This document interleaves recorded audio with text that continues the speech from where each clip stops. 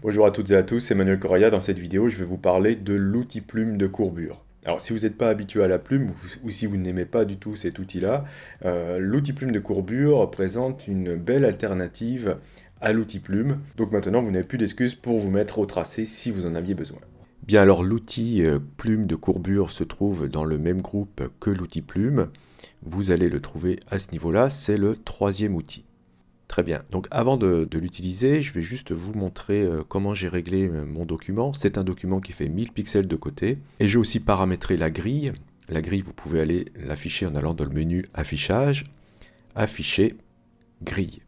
Vous pouvez aussi retenir le raccourci qui va bien, ce qui vous permettra de gagner du temps. Hein, sur PC, c'est CTRL guillemets. Sur Mac, ce sera donc commande plus guillemets.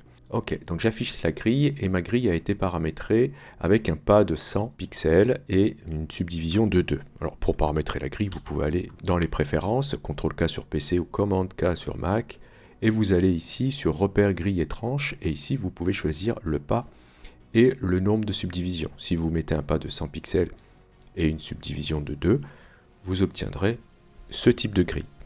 Alors la grille va nous servir à bien comprendre l'outil. Mais avant ça, je vais paramétrer mon outil. Ici, je choisis dans la barre des options de dessiner des formes et pas un tracé pour l'instant. OK, et je vais mettre dès le début un fond à ma future forme. Donc je choisis une couleur, hein, donc en cliquant ici. OK, et je ne choisis pas de contour. Donc je prends ici la couleur hein, avec la barre transversale rouge ici pour signifier que je n'ai pas de contour. Ok, je vais aussi cliquer sur la roue crantée ici pour aller afficher le déplacement. Moi j'aime bien travailler avec le déplacement coché, ça me permet de voir mon futur segment avant de le poser. Ok, donc comment fonctionne cet outil? Il est un petit peu différent de l'outil plume traditionnel puisque vous allez directement dessiner des courbes et non pas des angles lorsque vous allez faire des clics simples. Je m'explique, regardez, je vais faire ici un premier clic. Vous voyez que mon segment s'affiche, hein, puisque je l'ai demandé dans les options ici. Je fais un deuxième point à ce niveau-là. On a l'impression que j'ai pas de courbe, c'est normal, car j'ai besoin d'un troisième point. Dès que je commence à me déplacer, on voit apparaître les courbes. Je vais poser mon point ici, le quatrième point ici, et je vais boucler. Vous voyez, mon curseur affiche un petit rond à côté de la plume pour me dire qu'il va boucler la forme, il va la fermer. Je clique et voilà. Donc en 4 points, je viens de créer un rond parfait. Alors pour faire ce genre de choses à la plume traditionnelle, c'est un petit peu plus difficile car il faut absolument avoir des tangentes qui sont vraiment identiques pour chaque point d'ancrage. D'accord? Donc voilà pour ça. Donc des clics simples, ça vous permettra de faire tout de suite des courbes. Et si par contre je souhaite faire des angles, je vais devoir double-cliquer. Je vais essayer de faire un carré juste en dessous à ce niveau-là. Donc pour faire un carré, je vais devoir pour poser mon premier point d'ancrage, faire un double-clic cette fois-ci. Et pareil pour tous les autres. Double-clic, double-clic, double-clic. Et le dernier, un double-clic aussi. Voilà, ça me permet cette fois-ci de faire que des angles. Donc c'est un petit peu pénible de faire des double-clics pour faire des angles, je vous l'accorde. Vous pouvez appuyer sur Alt au lieu de faire de double-clics, option sur Mac, ce qui vous permettra de dessiner des angles directement. Ok. Je peux, si je veux, passer d'un état courbe à un état anguleux, on va dire, très simplement en faisant un double-clic sur un point. Vous voyez, lorsque je m'approche d'un point sur un tracé sélectionné avec cet outil-là, j'ai une petite cible qui s'affiche à côté de mon curseur. L'outil me signifie qu'il a reconnu un point. Si je double-clique sur ce point alors que c'est un angle, je vais me retrouver avec une courbe. Ok. Et inversement, si je double-clique sur un point d'ancrage par lequel passe une courbe, je vais me retrouver avec un angle. Donc, résumons la chose. Si j'appuie sur Alt, lorsque je dessine, je fais des angles, ou alors je fais des doubles-clics. Ok. Et si je souhaite convertir un point, je fais soit un Alt-clic, soit un double-clic sur un point. Très bien. Alors, je vais juste ouvrir une parenthèse sur cette histoire de double-clic, car j'ai eu des problèmes avec Photoshop. Lorsque je faisais un double-clic, je me retrouvais au niveau du panneau calque ici, avec le filtre sélectionné. Ici, vous voyez, vous avez dans le panneau calque la possibilité d'aller filtrer vos calques en fonction de leur type, du nom, etc. Et vous avez ici l'option sélectionner ce qui vous permet de voir uniquement dans votre panneau calque le calque qui est sélectionné. Comme ça, on ne voit pas les autres calques et c'est un peu plus simple de travailler sur un calque isolé plutôt que au milieu d'une grosse quantité de calque. Bon, ça c'est très intéressant, sauf que ça m'activait donc cette option lorsque je faisais un double clic. Alors j'ai mis du temps à comprendre le problème, et le problème, alors je vous le dis car c'est peut-être le cas chez vous, si vous avez une option de cocher ici avec l'outil de sélection de tracé ou l'outil de sélection directe, cette option c'est celle-ci, ici dans la barre des options, vous avez la possibilité, lorsque vous utilisez ces outils, de sélectionner le tracé soit sur le calque actif, ce qui vous évite d'aller sélectionner les tracés des autres calques, soit alors, non, vous préférez pouvoir sélectionner aussi les tracés des autres calques. Dans ce cas, vous cochez ici tous les calques. Sauf que quand cette option est cochée, et que vous utilisez l'outil plume de courbure, et bien quand vous faites un double clic, hop, vous voyez, ça vous active ici l'option sélectionner au niveau du filtre dans le panneau calque. Donc ça c'est un petit peu pénible, donc vous désactivez ici l'option tous les calques et vous restez sur calque actif.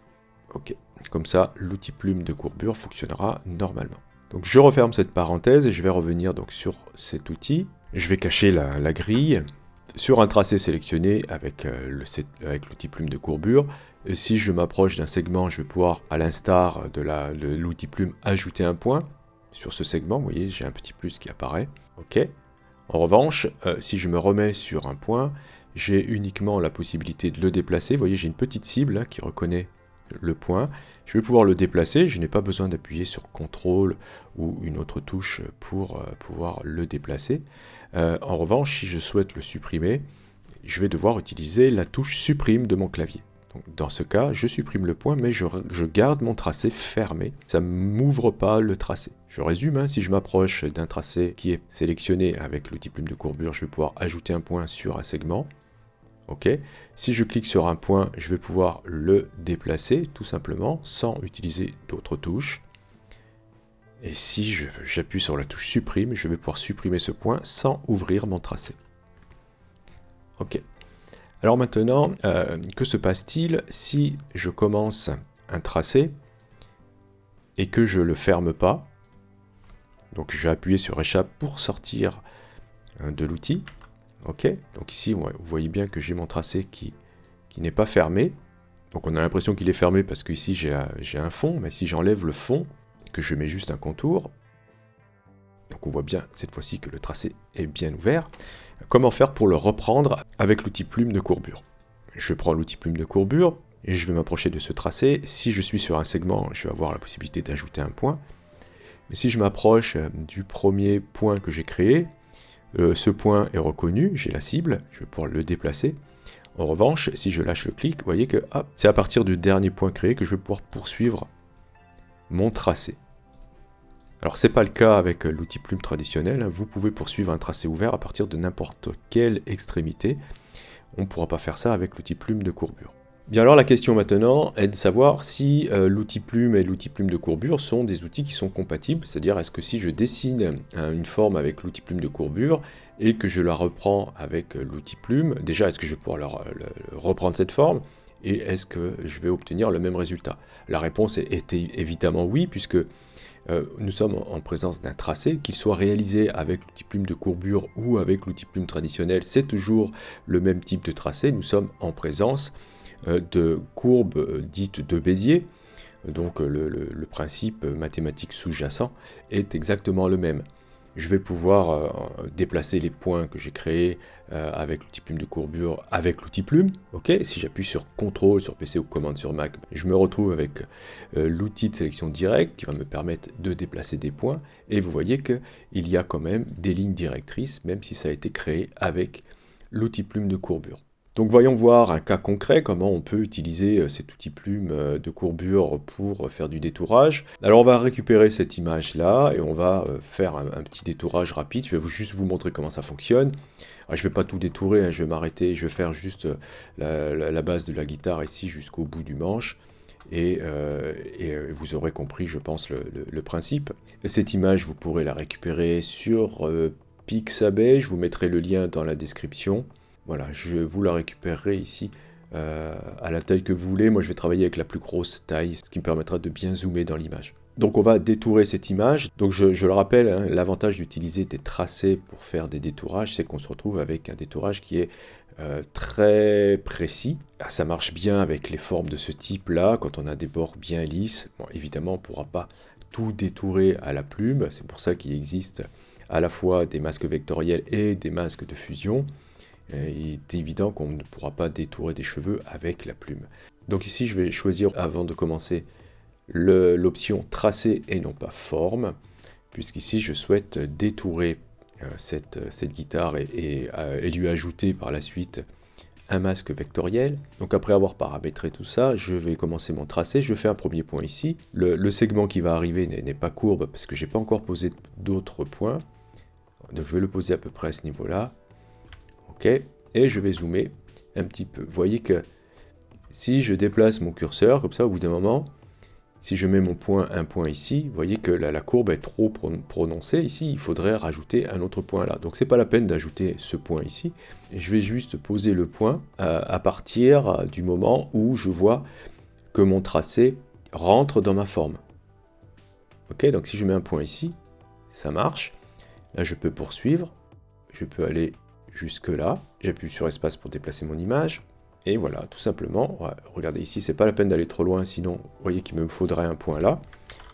Donc je vais juste mettre un point ici, et comme ça, suivre mon tracé, en faisant confiance à la courbe, en faisant bien attention à ce que la courbe suive bien le contour de l'objet que je suis en train de détourer. Donc c'est très simple, je n'ai pas à m'occuper ici de tangentes, de lignes directrices, etc. J'ai juste à poser des points, en suivant bien le contour. Donc je vais zoomer un petit peu ici. Donc là, je pose un point là. Et ici, je vais faire un double clic pour poser un point par lequel ne passera pas une courbe. Là, je vais zoomer. Ici, je vais mettre un point là, un point ici, un point là, un point là. Vous voyez, juste avant la courbure. Si je me suis trompé, si le point a été mal positionné, je peux mettre mon curseur dessus et le déplacer. Ici, je vais poser un point là, un point ici.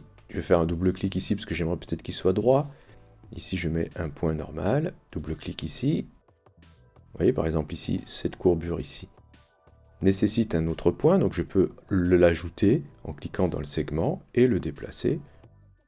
Si vous trouvez qu'ici, c'est pas très joli, vous double-cliquez, vous aurez une courbure, etc., etc. Donc, c'est pas très compliqué et je pense que pour des personnes qui ne sont pas habituées à l'outil plume, ça peut être une excellente alternative, ce qui vous permettra de pouvoir faire des détourages très précis sans utiliser l'outil plume. Ici, ce point-là, je vais double-cliquer dessus parce que je voudrais que ce soit droit. Voilà. Je vais peut-être bien le positionner à la base. Je dézoome, je peux aller jusqu'ici. Ici, je fais double-clic pour faire des points droits, ou alors je fais Alt-clic, ça ira beaucoup plus vite. Je vais m'arrêter là, je ne vais pas aller jusqu'au bout.